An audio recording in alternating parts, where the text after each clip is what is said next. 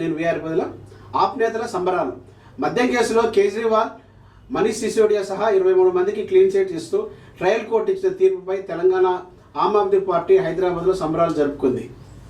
లిబర్టీలోని ఆప్ రాష్ట్ర కార్యాలయం ముందు రాష్ట్ర పార్టీ కన్వీనర్ హేమ సుదర్శన్, జిల్లోజీ సీనియర్ నాయకుడు డాక్టర్ దిడ్డి సుధాకర్ తదితరులు పాల్గొని బాణసంచలు కాల్చి సంబరాలు చేసుకున్నారు.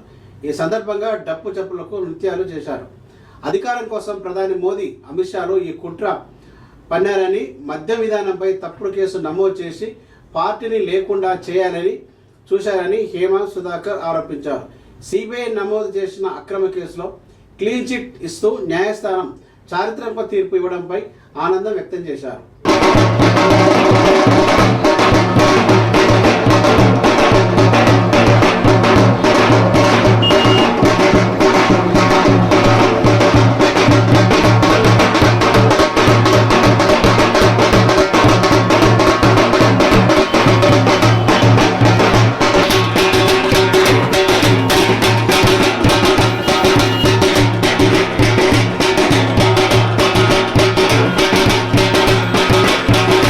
చెట్టును ఢీకొట్టిన స్కూల్ బస్సు, విద్యార్థులకు గాయాలు. రాజోలు సగ్నేటిపల్లి మండలం రాంబాగ్ దగ్గర శ్రీ చైతన్య స్కూల్ బస్సు చెట్టు ఢీకొట్టింది. ఘటనలో విద్యార్థులకు గాయాలయ్యాయి. ఘటన సమయంలో బస్సులో 8 మంది విద్యార్థులు ఉన్నారు. స్థానికుల సహాయంతో వారిని హాస్పిటల్కు తరలించారు. బస్సు బలంగా ఢీకొట్టిన వేగానికి కొబ్బరి చెట్టు పూర్తిగా పడిపోయింది. గొంతు నుంచి అంతర్వేది రాంబాగ్ వస్తుండగా డ్రైవింగ్ క్లీనర్కి ఇవ్వడంతో ప్రమాదం జరిగింది.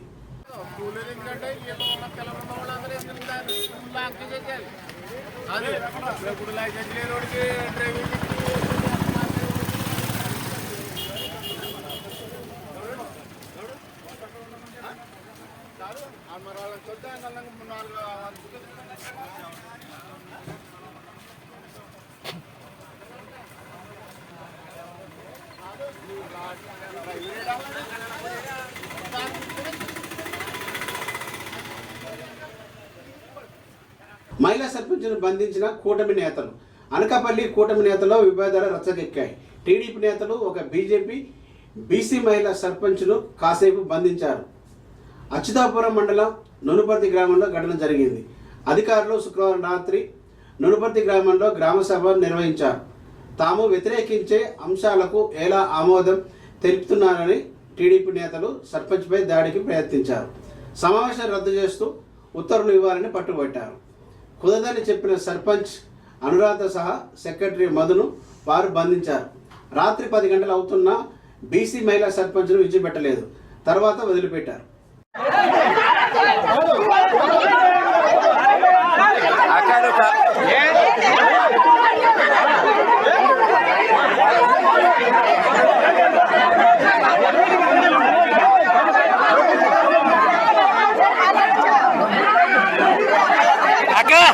ఎక్కువ కారు ఆవిడతే నీకు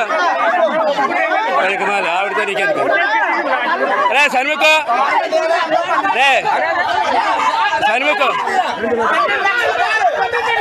సన్ముఖ నువ్వు ఎక్కడ ఎక్కడ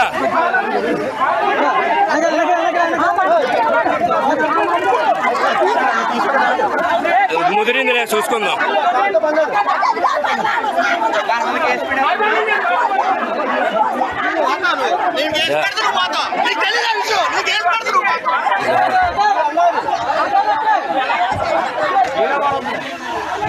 తీరా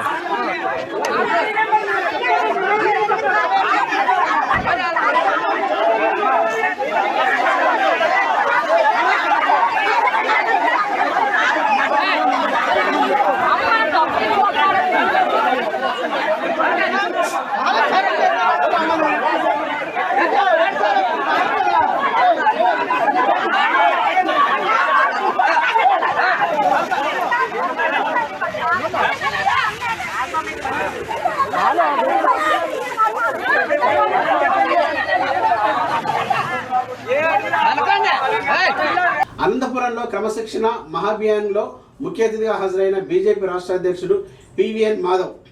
ఈ సందర్భంగా AP BJP chief PVN Madhav మాట్లాడుతూ క్రమం తప్పకుండా సభ్యత్వం క్రమశిక్షణ నిర్వహించడం తప్పనిసరని, మండల స్థాయిలో క్రమశిక్షణ కోసం సంకల్పం చేయాలని రాష్ట్ర వ్యాప్తంగా 949 మండలాల్లో ప్రశిక్షణ మహాభియాన్లో పాల్గొనే వ్యక్తులకు జిల్లాలో శిక్షణ ఇవ్వడం జరుగుతుందని ఆయన తెలిపారు. మండల స్థాయిలో ప్రశిక్షణ మహాభియాన్లో 7 అంశాలు జరుగుతాయి. సంస్థాగత శిక్షణతో పాటు కేంద్ర రాష్ట్ర ప్రభుత్వాలు ఆధ్వర్యంలో నడుస్తున్న పథకాలు వివరించడం జరుగుతుంది. కరీంనగర్ కార్పొరేషన్లోని 51 డివిజన్లో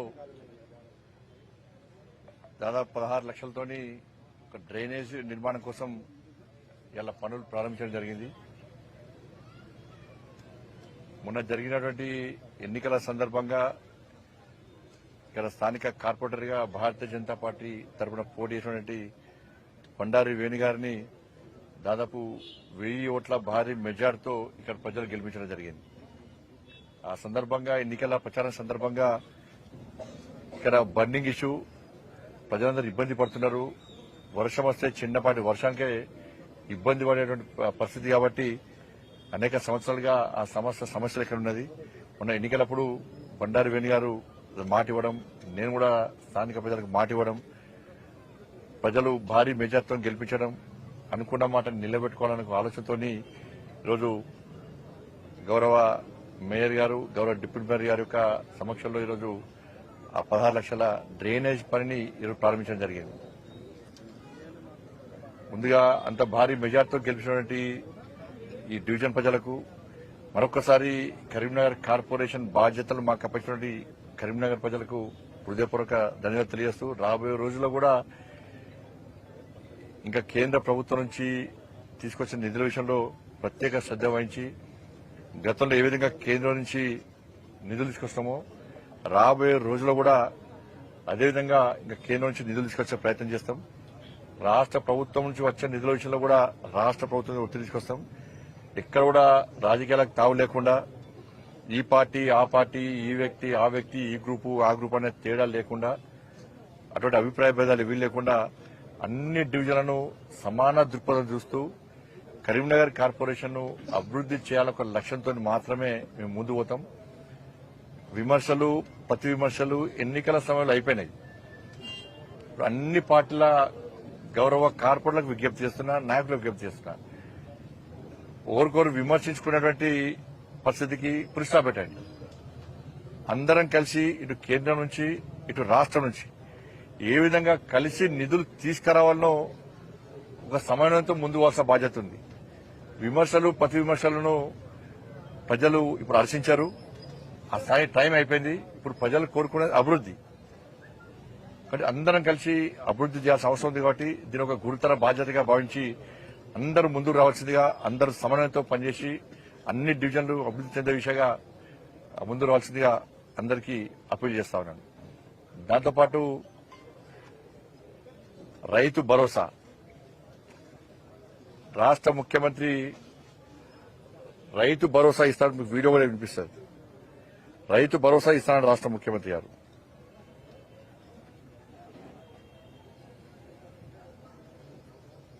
ఆయన మాటలు మర్చిపోయినట్టు ఒకసారి మీడియా వినిపిస్తారు. అక్కడ తొందరలోనే మళ్ళా 9,000 కోట్ల రూపాయలు రైతు భరోసా కార్యక్రమంలో భాగంగా మున్సిపల్ ఎన్నికలు ముగిసిన వెంటనే మీ ఖాతాలలో రైతు భరోసా నిధులు వేసే బాధ్యత రాష్ట్ర ప్రభుత్వం తీసుకుంటుంది. మొత్తానికి ఇది మొన్న ఫిబ్రవరి 4వ తారీఖు మిర్యాలగూడలో రాష్ట్ర ముఖ్యమంత్రిగా మాట్లాడారు. సరే, ఇట్లా 100 సార్లు మాట్లాడండి. ఆయన గాది గుడ్డు చూపెట్టి ఇలా గాది గుడ్డు కూడా ఇచ్చే పరిస్థితి లేదు. ముఖ్యమంత్రి గారి నోటి ద్వారా వచ్చే మాట ఒక శాసనం. అది ముఖ్యమంత్రి, నేను ముఖ్యమంత్రి అనుకుంటే, ప్రస్తుతం రాష్ట్ర ముఖ్యమంత్రిని తెలంగాణ ప్రజలు ముఖ్యమంత్రిగా భావిస్తే, కానీ రాష్ట్ర ముఖ్యమంత్రి గారు ఇప్పటికీ అంతమంది సేమ్ బీఆర్ఎస్ పార్టీ లేదు. ఏం దేనిలో తేడా లేదు.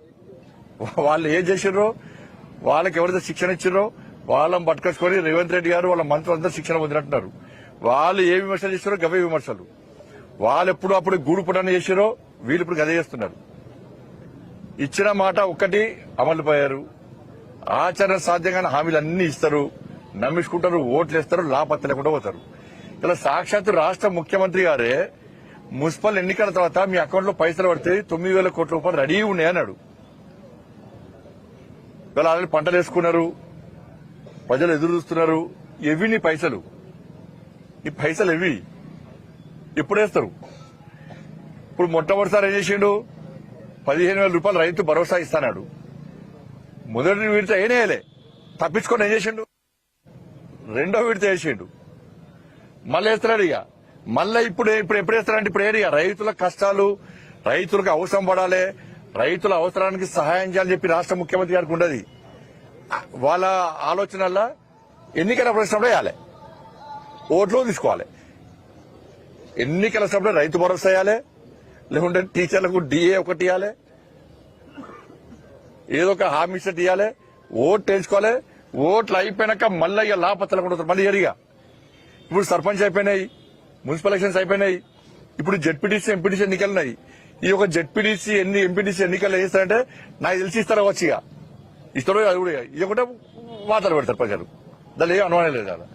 కానీ ఇప్పుడు జెడ్పీటీసీ ఎంపీటీసీ ఎన్నికలు పెట్టే ఆలోచన ప్రభుత్వం లేదు కాబట్టి ఇప్పుడు ఏడిగా ఇప్పుడు వేస్తానా మాట విషయం చేస్తారా కావచ్చు. ఇప్పుడు ఏడిగా మళ్ళీ ఎన్నికలు వస్తే మళ్ళా రైతు భరోసా అని చెప్పి మళ్ళీ ఒక విడిచేస్తాడు. నెక్స్ట్ ఏడిగా మరి ఎందుకంటే ఇలా ప్రజలు ఒక తప్పు నిర్ణయించుకున్నారు. మున్సిపల్ ఎన్నికల్లో, గ్రామ పంచాయతీ ఎన్నికల్లో రాష్ట్రంలో వాళ్ళకి ఎక్కువ సరికి మేము రైతు భరోసా ఇవ్వకుండా కూడా మాకు ఓట్లేసారు. మాకు డిఏలు పీఆర్సీ ఏం అమలు చేయకుండా కూడా మాకు ఓట్లేసారు. ఉద్యోగాలు ఇవ్వకుండా మాకు ఓట్లేసారు. 2,500 రూపాయలు ఇవ్వకుండా మాకు ఓట్లేసారు. 4,000 రూపాయలు ఆసరా పెన్షన్ ఇవ్వకుండా మాకు ఓట్లేసారు. నిరుద్యోగులు ఇవ్వకుండా మాకు ఓట్లేసారు. ఫీజు రియంబర్స్మెంట్ ఇవ్వకుండా మాకు ఓట్లేసారు. గ్రామ పంచాయతీలకు, మున్సిపల్కి ఒక్క పైసా ఇవ్వకుండా మాకు ఓట్లు వేసారని చెప్పి ఒక అహంకారము ఇలా కాంగ్రెస్ పార్టీ ప్రభుత్వం లోపల వచ్చేసింది. దానికి మనమే కారణం. కాబట్టి ఇప్పుడు ఏం చేస్తారు? జెడ్పీటీసీ ఎంపీటీసీ ఎన్నికల్లో కాంగ్రెస్ పార్టీ ప్రభుత్వానికి గుణపాఠం చెప్తే రైతు భరోసా రెగ్యులర్ గా వస్తుంది. మీరు ఇప్పుడు ఒక విడత వేసాక మళ్ళా మాకు రైతు భరోసా వేసండి మీకు ఓటు గుర్తారనుకోరు, నెక్స్ట్ రాదిగా. ఎందుకంటే రేవంత్ రెడ్డి ఢిల్లీ చెప్పుకున్నారు, సార్ మన హామీలన్నీ గాలి కొలేస్తాం, మేము ఏం చేయకుండా ప్రజలు మాకు ఓట్లు వేస్తున్నారని చెప్పి ఆడ చెప్పొచ్చిండు. అందుకే నా కేబినెట్ సమావేశం జరిగితే రాష్ట్ర ముఖ్యమంత్రి స్థాయిలో ఉన్నటువంటి ముఖ్యమంత్రి గారు మిర్యాలగూడ సభలో రైతు బంధు వేస్తా 9,000 కోట్ల రూపాయలు రెడీ ఉన్నాయి వేస్తా అన్న ముఖ్యమంత్రి గారు నిన్న కేబినెట్ సమావేశంలో ఎందుకు దాని గురించి చర్చ జరగలేదు? రైతు భరోసా గురించి చర్చ ఎందుకు జరగలేదు? మరి రైతు భరోసా వేసే ఉద్దేశం లేదు. రైతులు ఆలోచించాలి. ఇప్పటికీ ఈ 2 విడతలు కలిపి 20,000 కోట్ల రూపాయలు కేటాయించాలి బడ్జెట్. ఇక నెక్స్ట్ రెడీ ఉన్నది. నాకు తెలిసి 3 విడతలు ఇప్పుడు ఇవ్వాల్సిందే. ఇక 3 విడతలు వచ్చి 27,000 కోట్ల రూపాయలు ఇవ్వాలి. ఇస్తారా ఇయ్యరా? మళ్ళా ఇప్పుడు ఒకటి ఇచ్చి పాతది మొదటి ఎందుకు ఇవ్వవు? నువ్వు ఇస్తానదే ఎన్నికల తర్వాత మొదటి విడత ఎందుకు ఇవ్వవు? నువ్వు చెప్పరాదు. కారణం ఏంది? ఇది మాకే తెలియంది, ఈ ఎగ్గొట్టే బుద్ధులని మాకే ఉన్నాయి, మాయమాట చెప్పే తెలివి మాకే ఉంది అనుకుంటే మీకంటే ఎక్కువ మీ కోటేసిన ప్రజలకు తెలివి ఎక్కుంటారు. రాసిపెట్టుకోండి. ఇట్లా మోసం చేస్తేనే బీఆర్ఎస్ పార్టీ ఇంట్లో కూర్చోబెట్టారు. ఇలా మీరు మోసం చేస్తే మీ విషయంలో కూడా ప్రజలు ఆలోచిస్తున్నారు కూడా. మొదటి విడత వేయాలి, ఇప్పుడు ఈ విడత వేయాలి, నెక్స్ట్ విడత కూడా కలిపి ఇప్పుడు వేస్తే రైతులకు ఉపయోగపడుతుంది. రాష్ట్ర ప్రభుత్వం ఇస్తుందా ఇవ్వదా? ఇవాళ లేఖ రాసిన రాష్ట్ర ముఖ్యమంత్రి గారికి లేఖ రాసిన, మీరు వెంటనే రైతు భరోసా రైతుల అకౌంట్లోకి వేసి రైతులు కష్టాల్లో ఇబ్బందులు ఉన్నారు, వారిని ఆదుకోవాల్సిన బాధ్యత రాష్ట్ర ప్రభుత్వం మీద ఉంది. ఇది గనక వేయకుంటే ఇప్పటికే రామచంద్ర వర్యాల ఫోన్ చేసి నాకు రైతు భరోసా వేయకుంటే కిసాన్ మోర్చా ఆధ్వర్యంలో ఆందోళన చేపట్టడానికి సిద్దంగా ఉన్నామని చెప్పి మా రాష్ట్ర అధ్యక్షుడు రామచంద్ర గారు చెప్పారు. కాబట్టి రాష్ట్ర ప్రభుత్వం స్పందించకుంటే, రాష్ట్ర ముఖ్యమంత్రి స్పందించకుంటే 100% రాష్ట్ర భారతీయ జనతా పార్టీ రామచంద్ర గారి నేతృత్వంలో ఆందోళన చేయడానికి సిద్దంగా ఉందన్న విషయాన్ని నేను రాష్ట్ర ప్రభుత్వం తెలియజేస్తున్నా. మీ మాయమాటలు, మోసపూరితమైన మాటలు సాగాయి, దాన్ని గుర్తుంచుకోవాల్సిందిగా నేను అప్పీల్ చేస్తాను. ఇప్పుడు ఈ రాష్ట్ర ప్రభుత్వం వచ్చాక ఒక్కేళ్ళు కట్టించిందా? సొంతగా అన్ని కూల్చివేతలే, మొదటి నుంచి ఇప్పటి వరకు కూడా కూల్చివేతలే. ఇది కూల్చివేతల ప్రభుత్వం. ఇది ఇలా ప్రజలందరూ, తెలంగాణలో రాష్ట్ర ప్రజలందరూ కూడా కష్టపడి చిన్న చిన్న ఇండ్లు కట్టుకున్న ప్రజలందరూ కూడా ఇబ్బంది పడుతున్నారు. మా ఇల్లు ఉంటుందా, కూలుతుందా? ఎప్పుడు ఏం కట్టించి ఏం కూల్స్తారో తెలియదు. ఇలా భూదాన భూములు అంటున్నారు. అసలు రాష్ట్ర ప్రభుత్వము ఆడ కట్టుకున్నది పెద్ద పెద్ద బిల్డింగ్ కాదు, పేదోళ్లే కట్టుకున్నది. నువ్వు పేదోళ్ళకి ఇదే రాష్ట్ర ముఖ్యమంత్రి గారు ఏమన్నారు, గతంలో బీఆర్ఎస్ పార్టీ ప్రభుత్వం కూల్స్తే పాపం తగులుతుంది మీకు, ఇంకా కూల్చి పేదోళ్ళు ఇల్లు కూల్స్తారా? కట్టుకుంటప్పుడు ఏం బీకిరు మీరు అనే రాష్ట్ర ముఖ్యమంత్రి గారు, కట్టుకుంటప్పుడు ఏం బీకిరు మీరు, ఇప్పుడు కూల్స్తారా అన్నాడు. నేను ఇప్పుడు అడుగుతున్నా, ఇప్పుడు కూల్చడానికి కారణమేంది? ముఖ్యమంత్రిగా లేనప్పుడు ఒక మాట, ముఖ్యమంత్రి ఉన్నప్పుడు ఒక మాట. ఇలా కాస్ట్లీ భూములు అంటే కాస్ట్లీ భూములు పేదోళ్ళు వాళ్ళు కాస్ట్లీ భూమి అని వేసుకోలే, వాళ్ళు బిల్లు కట్టుకోలే, ఎప్పటి నుంచో తరతరాల నుంచి వాళ్ళు ఉంటున్నారు. వాళ్ళ ఇల్లు కూర్చోడానికి కారణమేంది? ఏదో మీకు ఉండాలి కదా, ఏదో ఉండాలి కదా, మీ ఆలోచన ఏంది? ఏం లేదు, కబ్జాలు చేస్తా దాన్ని. అక్కడ మంత్రులు ఎమ్మెల్యేలు కలిసి మొత్తం రాష్ట్ర ప్రభుత్వం అంత మంత్రులు అందరూ కలిసి దాన్ని ఆక్రమించుకొని కమర్షియల్ కాంప్లెక్స్ ల పేరుతోని ఏదో పేరుతోని అయితే కమిషన్ తో కూడా నేను వీళ్ళే కాంప్లెక్స్ కట్టుకుంటా, దానికే వేరే ఏం లేదు. ఇక పేదోళ్ళ ఇండ్లు కూర్చోడానికి మీకు చేతెట్లు వచ్చినాయా? మీకు ఇప్పటికే హైడ్రా పేరుతోని సర్వనాశనం చేశారు, మూసీ పేరుతోని ఇటు నాశనం చేస్తున్నారు, ఆడ ఖమ్మంలో భూదాన్ భూములు అని చెప్పి వాళ్ళ బతుకులు నాశనం చేస్తున్నారు. పేదోళ్ళు ఇండ్లు కట్టుకోవద్దా? పేదోళ్లకు సొంత ఇల్లు ఉండద్దా? ప్రధానమంత్రి ఆవాస్ యోజన కింద 3 కోట్ల ఇండ్లు కట్టాం, 4 కోట్ల టార్గెట్ పూర్తి చేసుకుంటున్నాం. 4 కోట్ల ఇండ్లు కట్టిస్తాం మేము. తెలంగాణ రాష్ట్రానికి 2,40,40 ఇళ్లు పోయినసారి ఇచ్చినాం. నరేంద్ర మోడీ ప్రభుత్వము ఇండ్లు కట్టడానికి ముందుకు వస్తున్నది. దానికి సహకరించకుండా కాంగ్రెస్ పార్టీ ప్రభుత్వమే ఇండ్లు కూర్చడానికి పోటీ పడుతున్నది. మేము నరేంద్ర మోడీ ప్రభుత్వం ఇండ్లు కట్టడానికి పోటీ పడుతుంటే కాంగ్రెస్ పార్టీ ప్రభుత్వం ఇండ్లు కూర్చడానికి పోటీ పడుతున్నది. ఇట్లా కూల్చుడు పడితే మీ ప్రభుత్వం కూల్చారు రాసిపెట్టుకోండి, పేదలు దసుకోండి, మీ ప్రభుత్వం కూల్చారు రాసిపెట్టుకోండి. ముఖ్యమంత్రి గారు, మీరు ముఖ్యమంత్రి గారు కాకముందు మీరు అన్న ఆలోచనలను మాటలను ఒక్కసారి నెమరు వేసుకోండి. పక్క మీ పిఆర్ఓలు వాళ్ళు ఉంటే వాళ్ళు చెప్పండి, ఏ మాట్లాడో తెలుసుకోని చెప్పండి. ఒక్క మాట ముఖ్యమంత్రి నోటి వచ్చిన మాట ఒక్కటన్నా అమలు చేసిండు, ఒక్కటన్నా. ముఖ్యమంత్రి స్థాయి వ్యక్తే మాట తప్పి మోసం చేసే ప్రయత్నం చేస్తే ఇంత మోసగారి ముఖ్యమంత్రి ఇక్కడ ఉంటాడు. ఇవన్నీ మాట్లాడితే కేంద్రం ఏమిచ్చింది అంటారు. ఎప్పుడు బీఆర్ఎస్ అదే చేసారు, ఏమిస్తామో చెప్పినా మేము. ఇదో ప్లాన్ ప్రకారం ఏమిచ్చింది, మీరు ఏమి ఇస్తున్నారో చెప్పు ఫస్ట్, మీరు ఏమిస్తారో చెప్పు ఫస్ట్. మీరు 2,500 రూపాయలు ఇవి మోడీ గారు అడిగి మాటిచ్చినావు, 4 రూపాయలు ఆస్తుల పెన్షన్ మోడీ గారు అడిగి మాటిచ్చినావా, రైతు భరోసా మోడీ గారు అడిగి మాటిచ్చినావా, నిరుద్యోగ మోడీ గారు అడిగి మాటిచ్చినావా, మోడీ గారి పర్మిషన్ తీసుకొని కూలగొడుతున్నావా నువ్వు? మీకు కిసాన్ సంబంధించి టక్క పక్కా టైం ప్రకారం ఇలా మొబైల్ బీప్ సౌండ్ వచ్చిందంటే ఎస్ నరేంద్ర మోడీ గారి కిసాన్ సంబంధించిన పైసలు మాకు పడ్డాయి. రైతు భరోసా వస్తాలే గ్యారెంటీ లేని పరిస్థితి. కాబట్టి ఆ విషయంలో ఖమ్మంలో జరిగినటువంటి విషయంలో ప్రభుత్వం వెంటనే అధికారులను చర్చించుకోవాలి, ప్రభుత్వం క్షమాపణ చెప్పాలి. అదే ప్రాంతంలో ఏవైతే కూల్చినో ఆ పేదలకు వాళ్ళ ఇళ్లను తిరిగి నిర్మించాలని చెప్పి భారతీయ జనతా పార్టీ డిమాండ్ చేస్తున్నది. లేకుంటే లీగల్ గా వాళ్ళకి సాయం చేయడానికి ఆల్రెడీ మన లీగల్ టీం వాళ్ళతో సంప్రదింపులు జరుపుతున్నది. అక్కడ స్థానిక నాయకులు కూడా ఫైట్ చేస్తున్నారు, మామూలుగా లాఠీ చార్జ్ చేశారు, కానీ ఎక్కడ భయపడే ప్రసక్తి లేదు.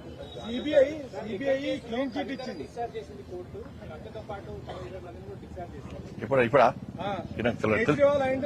తెలుసుకోవడానికి మాట్లాడతా, నాకు ఐడియా లేదు.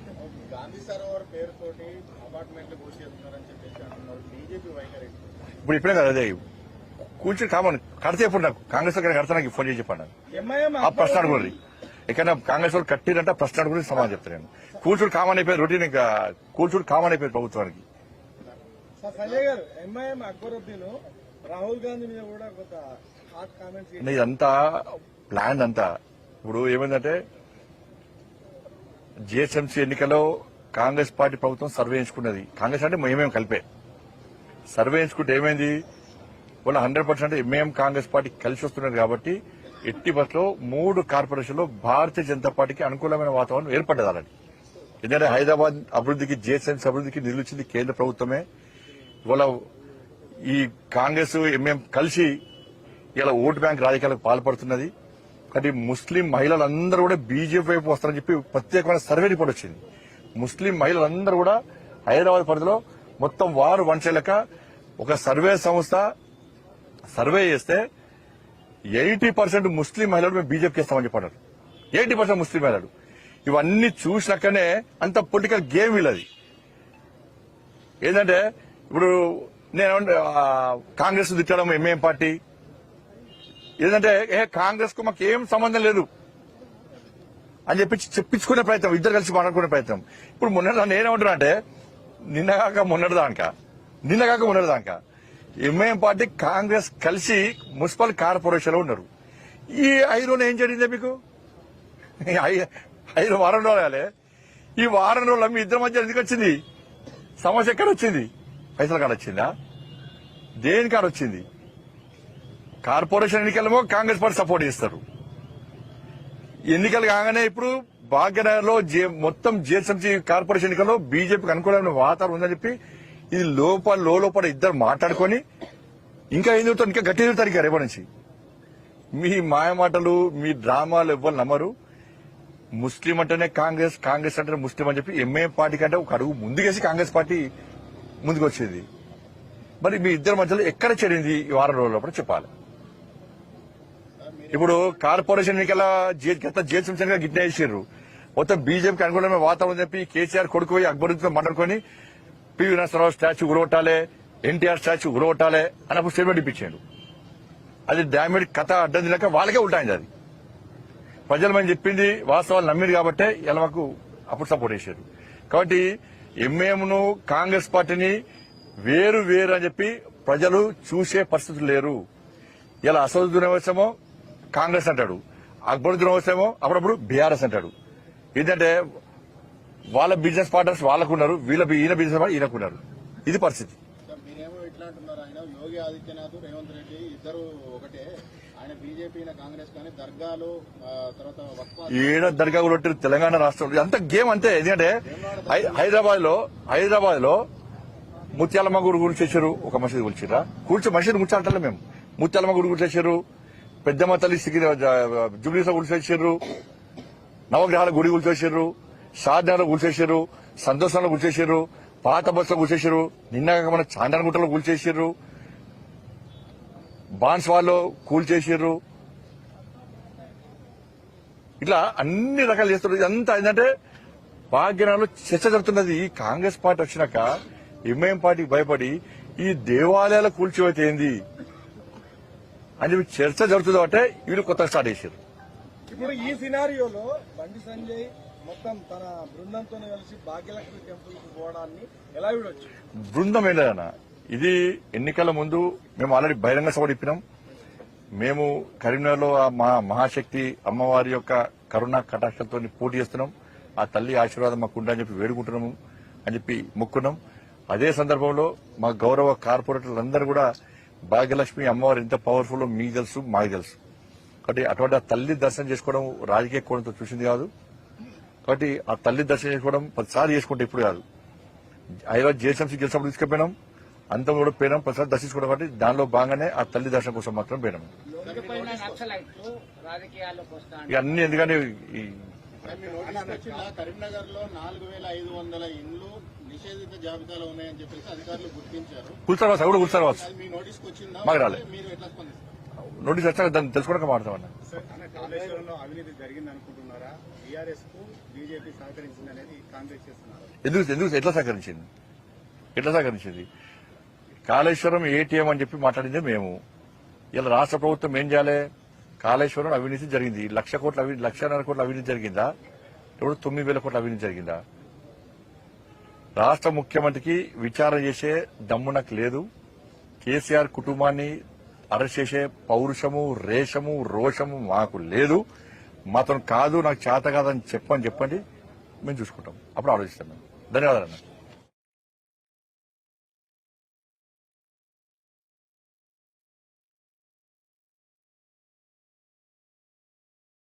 పల్నాడు ఆర్థికంగా ఇబ్బందులు ఉన్న కూటమి ప్రభుత్వం ఇచ్చిన మాట ప్రకారం ఒక రోజు ముందుగానే పెన్షన్లు చెల్లింపు చేస్తున్నామని 2029 కూటమి ప్రభుత్వం అధికారంలోకి వచ్చే విధంగా అన్ని వర్గాలకు సంక్షేమ పథకాలు అందజేస్తున్నామని నర్సరావుపేట పట్టణంలో ఎన్టీఆర్ భరోసా పెన్షన్లు పంపిణీ చేసిన ఎమ్మెల్యే చదలవాడ అరవింద్ బాబు కూటమి నేతలు ప్రభుత్వం చేపట్టిన ప్రతి కార్యక్రమం టీడీపీ, బీజేపీ, జనసేన నాయకులు విజయవంతం చేస్తున్నారని, ప్రతి ఇంటికి తిరిగి లబ్ధిదారులకు పెన్షన్లు పంపిణీ చేస్తున్నారన్నారు.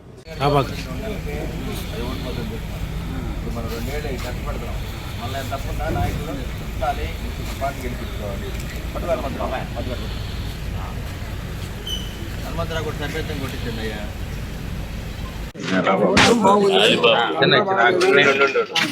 పెద్దగా చెప్పు. ప్రభుత్వం బాగుంది, బాగా చేయండి, సహకారం అందరూ కూడా అభిమానంగా చేయండి.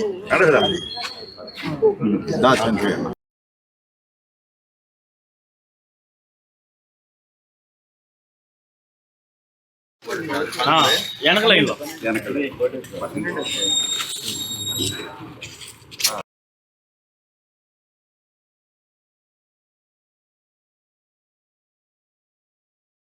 ఇచ్చేవాడు సార్, ఇప్పుడు 6,000 ఇస్తున్నారు. నా ఆర్థిక పరిస్థితి ఏమవుతుందో నిజంగా భగవంతుడే నాకు ఇస్తున్నారని నేను భావిస్తున్నాను సార్. ఆయన చల్లగా ఉండాలి, ఆయన పరిపాలన అందరూ బాగుండాలి. అంతకుముందు 3,000 ఇచ్చేవాళ్ళు, ఇప్పుడు 6,000 ఇస్తున్నారు. బాగానే ఉంది. నాన్నకి సీఎం రిలీఫ్ ఫండ్ కూడా వచ్చింది. ప్రభుత్వం ఎలా ఉంది? మన ఎమ్మెల్యే గారు పనితీరు బాగానే ఉంది. జనసేన పార్టీ కార్యాలయం భద్రతా వైఫల్యం, పోలీసులపై వేటు. గుంటూరు జనసేన పార్టీ కార్యాలయం భద్రతా వైఫల్యం, అధికారులు నివేదిక అందించారు. శ్రీకాకుళం చెందిన నీలాద్రి పార్టీ కార్యాలయం చొరబడి 2 కార్లు ధ్వంసం చేసిన ఘటనలో 5 హెడ్ క్వార్టర్కు బదిలీ చేస్తూ ఉత్తర్వులు జారీ చేశారు. రిజర్వ్ ఇన్స్పెక్టర్ పెట్టారావు 4 కానిస్టేబుల్స్పై చర్యలు తీసుకుంటామని సమాచారం. మంగళగిరి పోలీసు స్టేషన్లో పోలీసు అధికారులు విచారణ చేస్తున్నారు.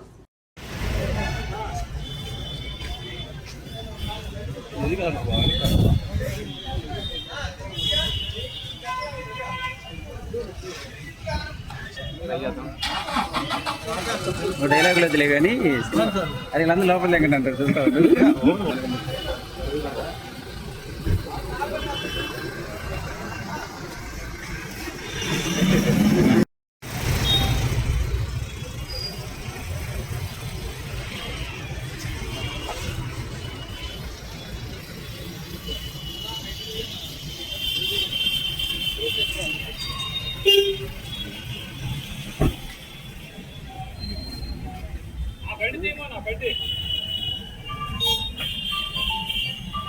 जा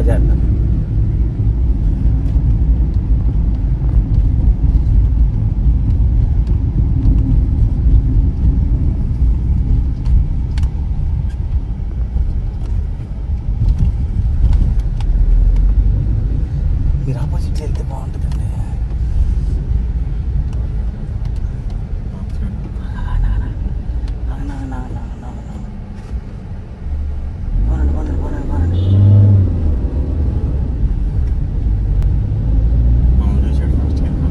అనకాపల్లిలో మంత్రి లోకేష్ పర్యటన. అనకాపల్లి జిల్లాలో మంత్రి లోకేష్ పర్యటించారు. బుల్లెట్ హెల్త్వేర్ యూనిట్లో మంత్రి లోకేష్ శంకుస్థాపన చేశారు. రాంబెల్లి మండలంలో ఇండస్ట్రియల్ పార్కు యూనిట్ ఏర్పాటు చేస్తున్నామన్నారు. బ్లూజెట్ హెల్త్వేర్ లిమిటెడ్ యూనిట్స్కో శంకుస్థాపన చేయనున్న లోకేష్ అక్కడ పెట్టుబడిదారులతో మాట్లాడన్నారు. సుమారు 2,300 కోట్ల రూపాయల పెట్టుబడులతో దశలవారీగా బ్లూజెట్ హెల్త్ కేర్ అభివృద్ధి పనులు చేపట్టామన్నారు. 2028-29 ఆర్థిక ఏడాదిలో బ్లూఫిట్ హిట్ కార్యకలాపాలు ప్రారంభం కానున్నారు. ఈ సంస్థ ఏర్పాటుతో 1,750 మందికి ప్రత్యక్ష ఉద్యోగాల కల్పన ఉంటుందని అధికారులు తెలిపారు. లోకేష్ పర్యటనతో అక్కడ భారీ బందోబస్తు ఏర్పాటు చేశారు.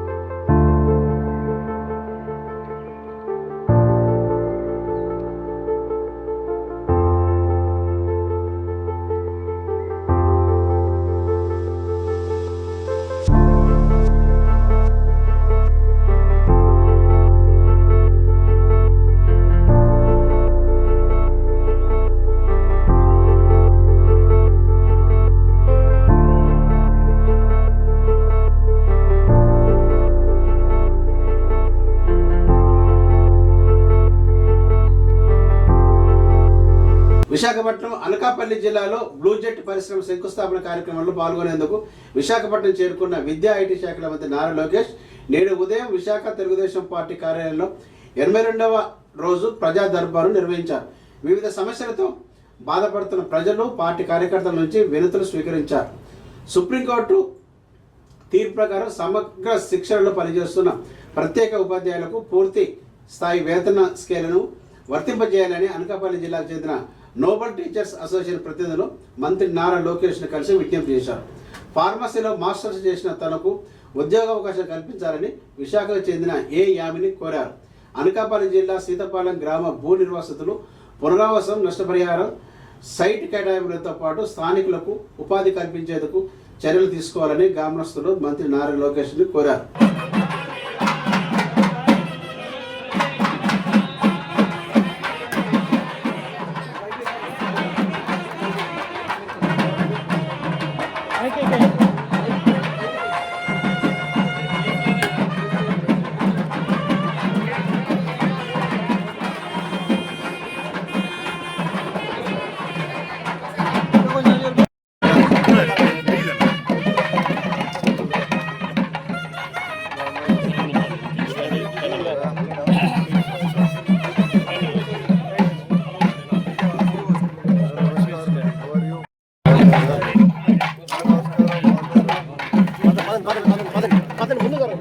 నలంద ఎడ్యుకేషన్ ఇన్స్టిట్యూషన్ తమ 45వ వార్షికోత్సవాన్ని ఘనంగా నిర్వహించుకుంది. 4 శతాబ్దాలకు పైగా విద్యా ప్రావీణ్యం, క్రమశిక్షణ మరియు సమగ్ర విద్యాభివృద్ధికి అంకితభావంతో సేవలు అందిస్తూ వస్తున్న ఈ సంస్థ తన విశిష్ట ప్రయాణాన్ని గర్వంగా ఆచరించింది. 1980లో మంతెన సూర్య సత్యనారాయణరాజు ఆధ్వర్యంలో స్థాపించబడిన నలంద ఎడ్యుకేషనల్ ఇన్స్టిట్యూట్స్ శాశ్వత గుర్తింపుతో తన విద్యా సేవలను ప్రారంభించింది. చిలకలూరుపేట 6వ వార్డులో ఎమ్మెల్యే ప్రతిపాటి పుల్లారావు ఎన్టీఆర్ భరోసా పెన్షన్లు పంపిణీ చేశారు. లబ్ధిదారులకు ఇంటింటికి తిరిగి పెన్షన్లు అందజేశారు. ఎమ్మెల్యే మాట్లాడుతూ కూటమి ప్రభుత్వంలో అందరూ సంతోషంగా ఉండాలని ఒక రోజు ముందుగానే పెన్షన్లు పంపిణీ చేస్తున్నామన్నారు.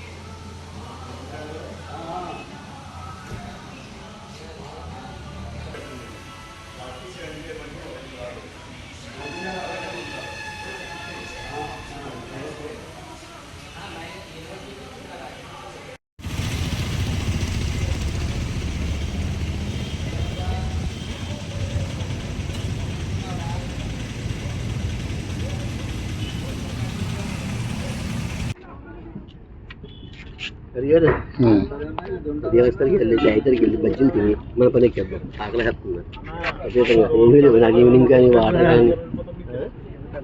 కానీ సార్ ఒకసారి సార్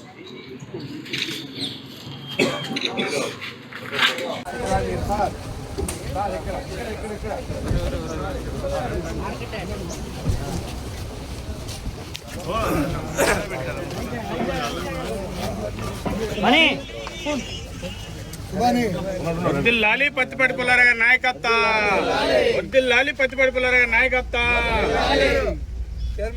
ఇంకోటి ఎక్కడ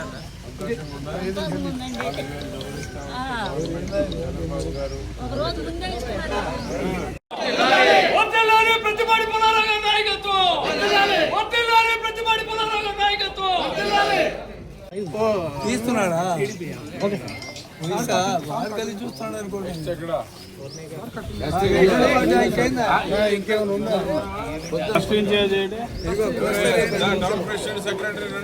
ప్రశ్నర్ కూడా వచ్చాడు.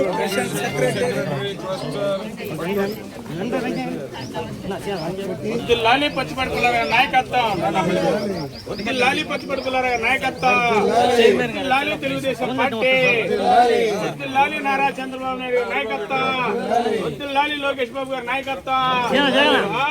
ఎన్టీఆర్ అన్న ఫోన్ చేయండి అన్న, ఒక ఫోన్ చేస్తున్నాయి. Okay sir, okay sir. అది 7వ వరకు ఉండొచ్చు. ఎందుకంటే మొత్తానికి ఉండదు అసలు. జనరల్గా ఇచ్చారు. ఇది కాటన్లో ఉన్నట్టు తేమ శాతం దీంట్లో ఎక్కువ ఉండదు. ఎందుకంటే నేను కూడా శనగల బండి ఇచ్చాను, పత్తి బండి ఇచ్చాను, పొగాకు బండి ఇచ్చి వచ్చిన రైతులు కాబట్టి చెప్తున్నాను. ఏమా హరిగోపాల్ గారు, 14% ఉండదు కదా శనగల్లో, ఇప్పుడు ఉండదు, అది ఉండదు, అంతకన్నా ఉండదు. 14కి మించి ఉండేటువంటి అవకాశం చాలా తక్కువ. కాబట్టి దీంట్లో కూడా కొన్ని నామ్స్ ఇచ్చారు. ఆ నామ్స్ ప్రకారం రైతులు కూడా జాగ్రత్త చేసుకోవాల్సినటువంటి అవసరం కూడా ఉంది. కాబట్టి ఈ అవకాశాన్ని సద్వినియోగం చేసుకోవాలని కోరుతున్నాను.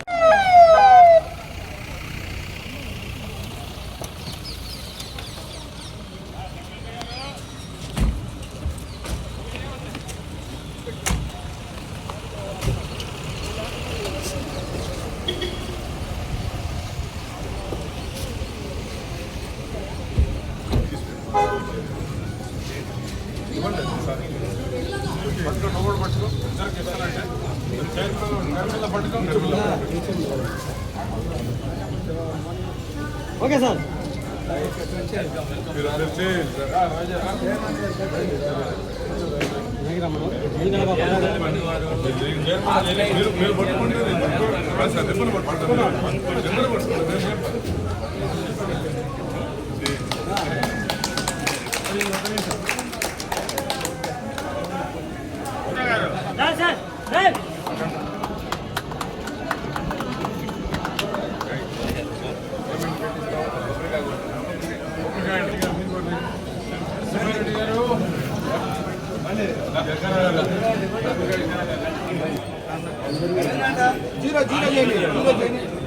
సార్ బాయ్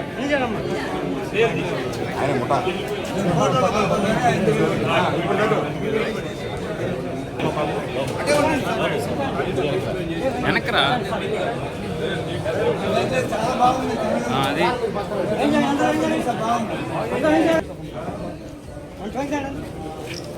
అది రావాలి.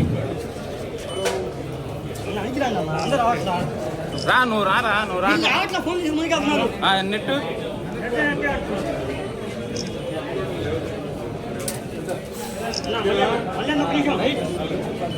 Okay sir. Okay sir. Telangana మహిళా పోలీసుల సాధికారత దిశగా కీలక ముందడుగు వేసింది. ముఖ్యమంత్రి రేవంత్ రెడ్డి మహిళా పోలీసుల తొలి తెలంగాణ కార్పొరేషన్ పుస్తకాన్ని RBUA TGA వార్షిక మ్యాగజైన్ను విడుదల చేశారు.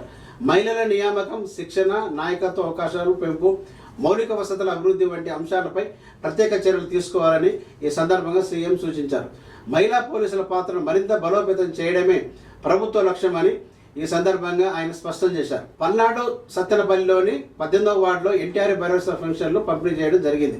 ఒకరోజు ముందుగానే పెన్షన్లు కూటమి ప్రభుత్వం పంపిణీ చేసిందని కూటమి నేతలు ఇంటింటి తిరిగి లబ్ధిదారులకు పెన్షన్లు పంపిణీ చేశారు.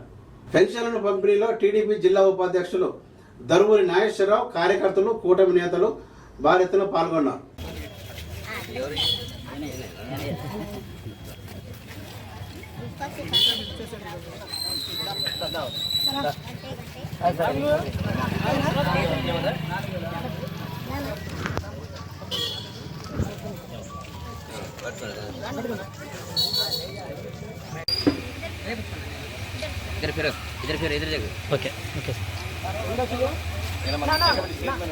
వికారాబాద్ పట్టణంలో విషాద సంఘటన చోటు చేసుకుంది. పట్టణంలోని టౌన్ గంగారాం సాయిబాబా కాలనీలో నివాసం ఉంటున్న ఓ మహిళా పోలీస్ కానిస్టేబుల్ ఆత్మహత్యకు పాల్పడిన ఘటన స్థానికంగా తీవ్ర కలకలం రేపింది. ఈ ఘటనపై సమాచారం అందుకున్న పోలీసులు వెంటనే సంఘటన స్థలానికి చేరుకొని దర్యాప్తు ప్రారంభించారు.